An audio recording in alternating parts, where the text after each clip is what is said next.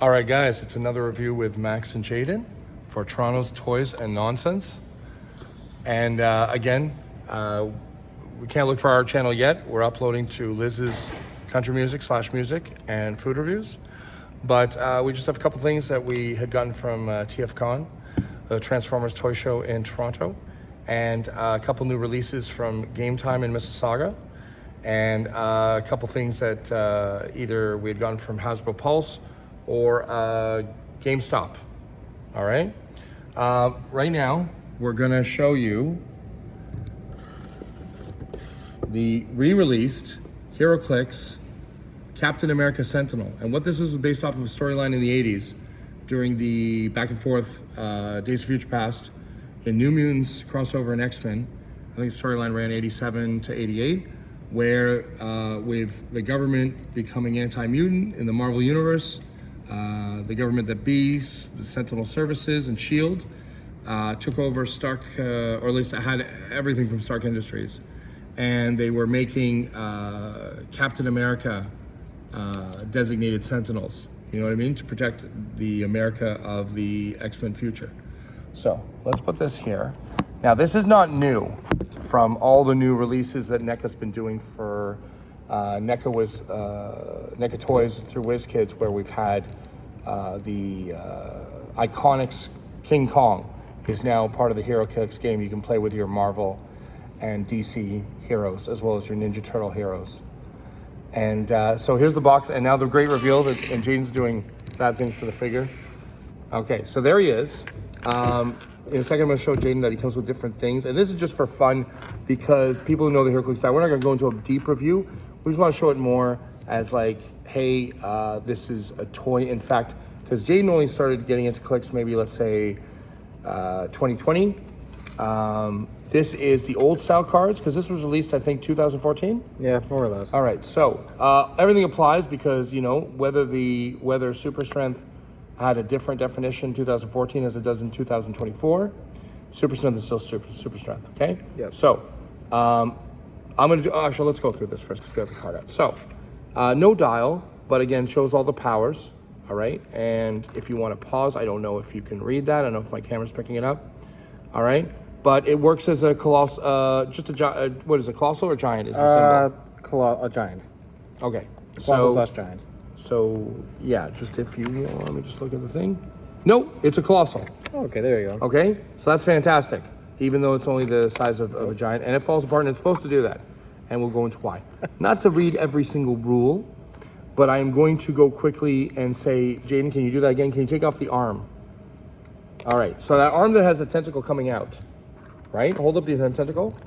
You can actually have a separate bystander token that the arm got damaged, slashed off when Wolverine slashes off an arm, and even when it's on the floor, either a blast comes out of the thruster, or in this case, he has the power of blades, claws, and fangs.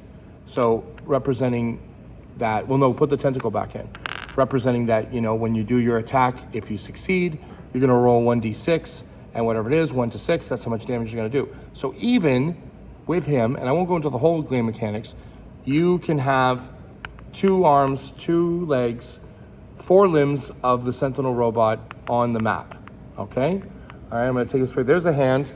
Here's one of the boot. The boot has a force field on it, represented by energy shield deflection, actually represented by barrier. So each limb can do something fantastic, right? So you would have the leg, which we're not gonna take off right now, but. Can you take off the leg? I don't know. I don't want to risk doing that. I don't know. But anyway, this is the game compatible, obviously. So the leg here, which would mean like it has a force field, so you could put out 4 barrier tokens. And while you're, you know, even though this is one colossal figure, it can be a whole little mini army for the fight. Now, for example, to show that it back in 2014, which I don't think is used in modern age anymore, this was an ultra heavy, which was +3 to any character, you know, equipping this or, you know, picking it up. Now it's back to just, I think, it was just yellow and red. And now again, if I'm wrong, because I haven't played clicks in a while, it's back to just a blocking train would be the only object the super strength characters pick up. So it comes with some neat old tokens. All right, you can go and show off all the things. There's gonna be different heads and arms that you can do. You can have fun with. So this is a little bit more like you could display this as a toy and stuff in an action figure because it's a fantastic Sentinel mold. It's got an interchangeable head right there of him shooting. And I love this head. Him shooting a laser beam like Cyclops. With the blast, yeah, the blast to neutralize mutants. See, it easily comes apart. It's supposed to be like that. So you got the arm right there. It's like, I'll get you, Optimus Prime, you know. And you got the. Did you say I'll get you, Optimus Prime? Yes. I say Optimus Prime would win against like 10 Sentinels. You're not wrong there. And you got the blaster effect for him if you really wanted to. Oh no. You can have the tentacle because it's really nowadays tentacles are really good apparently. Ain't that right? Tentacles are always good. And that's kind of that. Even if you don't play the game, that's still a nice figure because you have the gate. You can load him up. Pretty much, and this blast effect piece can go somewhere, I guess. I don't know, but if you wanted to, you can have like I'm looking at you and some whatnot. But we might do a more detailed review about everything he can do. There's no, as far as I know, there's no legacy card that they've made where WizKids updates figures that are a little older with more current traits and maybe an added special power to make it a little bit more compatible with today's figures. But we just wanted to show you the figure that it's re-released. It's at most collectible stores. We got this at Game Time. And like I said, even if you just love Sentinels or you want this to put on your shelf, I mean, this is amazing. I mean, I like this more than that Marvel Legends Sentinel figure I used to have, which I sold a little while back. And you know what this reminds me of? I mean, not only what they used to do when they had a lot more room, they put the comic, which was a significant appearance on here. And this is one of the comics from New Mutants when the storyline of Days of Future Past was crossing over X-Men and New Mutants. But they, I don't know. I mean, I can't remember the last time they put a comic cover on. I don't remember either. It's been so long. But what's even more fantastic, we're going really deep here.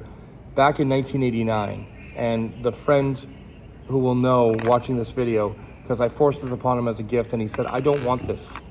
I forced him to get the game module of back in the day when Wizards of the Coast that does Dungeons and Dragons and Magic the Gathering, they got the license to do a Marvel tabletop game, which was just like your normal role-playing game, kind of like D&D styles.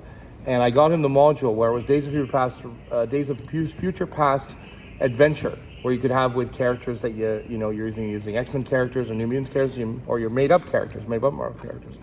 And a fantastic cover where it has this future Captain America painted Sentinel, Nimrod, for people who watched X-Men 97 recently, and one other Sentinel. I can't think of it right now, but if you guys look it up, Wizards of the Coast, Marvel role-playing game, 1989, you'll find a great image will come up where he's on the cover, and it's a fun game. Of course, that back then it was just pen and paper, right? You could buy miniatures back then, but didn't have, wasn't any rules like, let's say, Heroclix with Marvel, where it's a dial system, or let's say anybody out there who plays Marvel Crisis Protocol, where it's a dice system.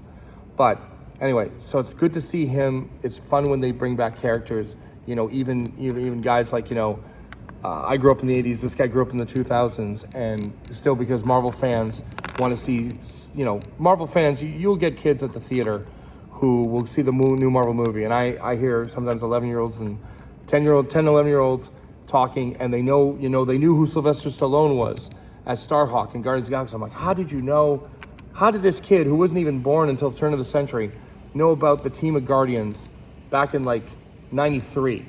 Anyway, I'm getting off topic. Jaden, what do you give this out of 10? I give it like a 6 or 7 out of 10, more or less. Okay, we're not going into playability, so this rating won't really count. But I'm saying at the time, I haven't used this for ages, and there's a lot of figures now that could take this on. There's a lot of outwit out there. There's a lot of powers that could really neutralize this. But for fun, I'm telling you, I give this easy a 7 out of 10 for fun and playability. Now you're not gonna win any tournaments, but what did you say out of 10? 7 out of 10. Oh, okay. Yeah. All right, there we go. We agree finally. For once. All right, guys. So again, Max and Jaden, Toronto Toys and Nonsense, signing off. Off the camera.